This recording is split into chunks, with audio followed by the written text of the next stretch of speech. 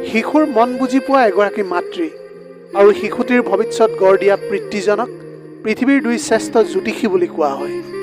নমস্কাৰ প্ৰিয় দৰ্শক, মই সঞ্জীৱ। আপোনালোক সকলোকে সঞ্জীৱ মটিভেশ্যনৰ অন্য এটা কাহিনীলৈ স্বাগতম জনাইছোঁ। আজি ক'বলৈ গৈ আছোঁ মৃত্যু হ'বলৈ ওলোৱা এজন ব্যৱসায়ীৰ বিষয়ে। তেওঁ নিজৰ পুত্ৰক মাতি আনি পুত্ৰৰ মূৰত হাতখন থৈ ক'লে, পুত্ৰ, তুমি য'তেই স্পৰ্শ কৰিবা সেইখিনি সোণলৈ পৰিণত হ'ব। এয়া মোৰ তোমাৰ বাবে আশীৰ্বাদ। এই বুলি কৈ পিতৃয়ে উশাহটো ল'লে। তেওঁ তেতিয়া তাতেই শেষ নিশ্বাস ত্যাগ কৰিলে। এতিয়া ল'ৰাটোৱে ভাবি থাকিল যে দেউতাই গোটেই জীৱন যিয়েই কাম নকৰক কিয়, যি ব্যৱসায় আৰম্ভ নকৰক কিয়, তাত তেওঁ সদায় হতাশাৰ সন্মুখীন হ'বলগীয়া হৈছিল। তাত তেওঁ পৰাজয়ৰ সন্মুখীন হ'বলগীয়া হৈছিল। সদায় তেওঁ ব্যৰ্থ হৈছিল। আৰু এতিয়া তেওঁই মোক আশীৰ্বাদ দিছে যে মই যিটো স্পৰ্শ কৰোঁ সেয়া সোণলৈ পৰিণত হ'ব। দেউতাকৰ আশীৰ্বাদত ল'ৰাটোৱে একেবাৰে বিশ্বাস কৰা নাছিল, যদিও তেওঁ এটা সৰু কাম আৰম্ভ কৰিলে। আৰু এনেকৈ দেউতাকৰ আশীৰ্বাদে ইমানেই আচৰিত কাম কৰিছিল যে সেই সৰু ব্যৱসায়টোত তেওঁ যথেষ্ট সফলতা লাভ কৰিছিল। ইটোৰ পিছত সিটো ব্যৱসায় যিয়েই নকৰক কিয়, ল'ৰাজনে সফলতা লাভ কৰি গৈছিল। আৰু তেওঁ বাৰে বাৰে মনত পেলাইছিল যে দেউতাকে দিয়া আশীৰ্বাদটো অতি আচৰিত আছিল। মানুহে এতিয়া ল'ৰাটোক সুধিবলৈ ধৰিলে যে ভাই, ইমান সফলতা তুমি কেনেকৈ পাইছা? ইমান সফলতাৰ আঁৰৰ ৰহস্যটো কি, আমাকো কোৱাচোন। তেতিয়া ল'ৰাজনে ক'লে, সকলো দেউতাৰ আশীৰ্বাদৰ বাবেই সম্ভৱ হৈছে। এতিয়া মানুহে ল'ৰাজনৰ নামেই ৰাখি দিলে পিতৃৰ আশীৰ্বাদ। পৃথিৱীৰ সকলো বিলাসিতা এতিয়া ল'ৰাজনে উপভোগ কৰিবলৈ পাৰিছে। এদিন তেওঁ ভাবি আছিল যে দেউতাই মোক যি আশীৰ্বাদ দিলে, সেই আশীৰ্বাদ ফলস্বৰূপে এতিয়া মই প্ৰতিটো ব্যৱসায়তে লাভৰ সন্মুখীন হ'বলৈ পাৰিছোঁ। সেয়েহে এইবাৰ এনেকুৱা এটা ব্যৱসায় কৰি চাওঁ য'ত মোৰ লোকচান হোৱাটো নিশ্চিত। সেইবাবে ল'ৰাজনে কিছুমান মানুহক কথাটো সুধিলে।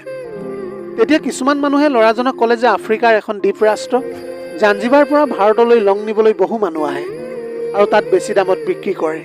বৃহৎ লাভ হয় তাত। গতিকে এতিয়া ল'ৰাটোৱে কি কৰিব লাগে বুজি পালে। ল'ৰাজনে ভাৰতৰ পৰা লং কিনি তাত বিক্ৰী কৰাৰ উদ্দেশ্যেৰে জাঞ্জিবাৰলৈ বুলি ৰাওনা হ'ল। এতিয়া নিশ্চিত লোকচান যে হ'ব সি ভাবিবলৈ ধৰিলে। লাভ হোৱাৰ কথাই আহিব নোৱাৰে। এতিয়া চাম দেউতাৰ আশীৰ্বাদে কেনেদৰে কাম কৰে। দেউতাৰ আশীৰ্বাদে ইয়াত কোনো কাম নকৰিব।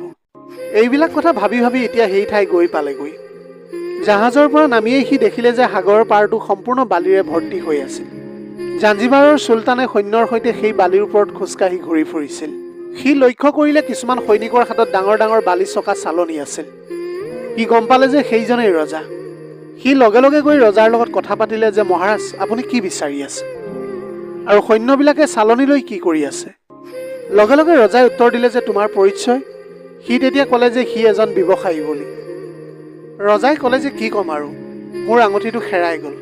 তেতিয়া সেই ল'ৰাটোৱে ক'লে যে আপোনাৰ লগততো বহুত আঙুঠি আছে নিশ্চয়, কিন্তু হেৰাই যোৱা আঙুঠিটোতনো ইমান কি বিশেষ আছে?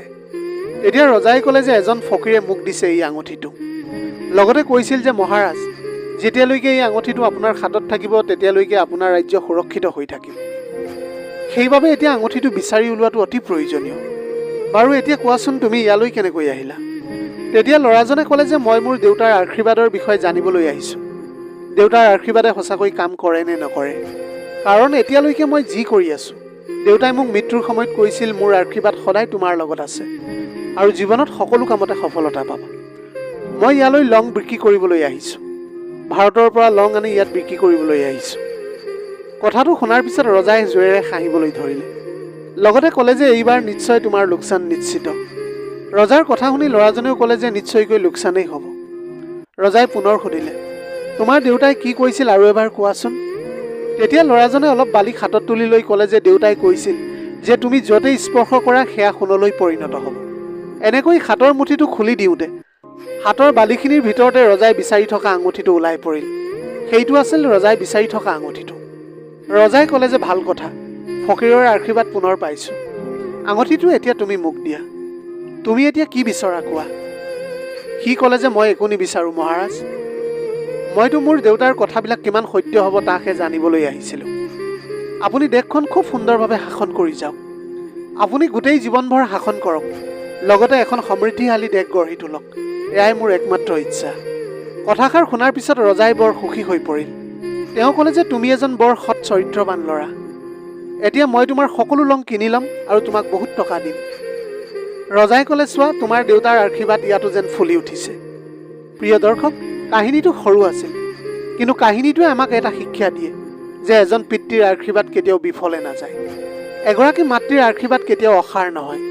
ঈশ্বৰৰ আশীৰ্বাদ কেতিয়াও অসাৰ নহয়।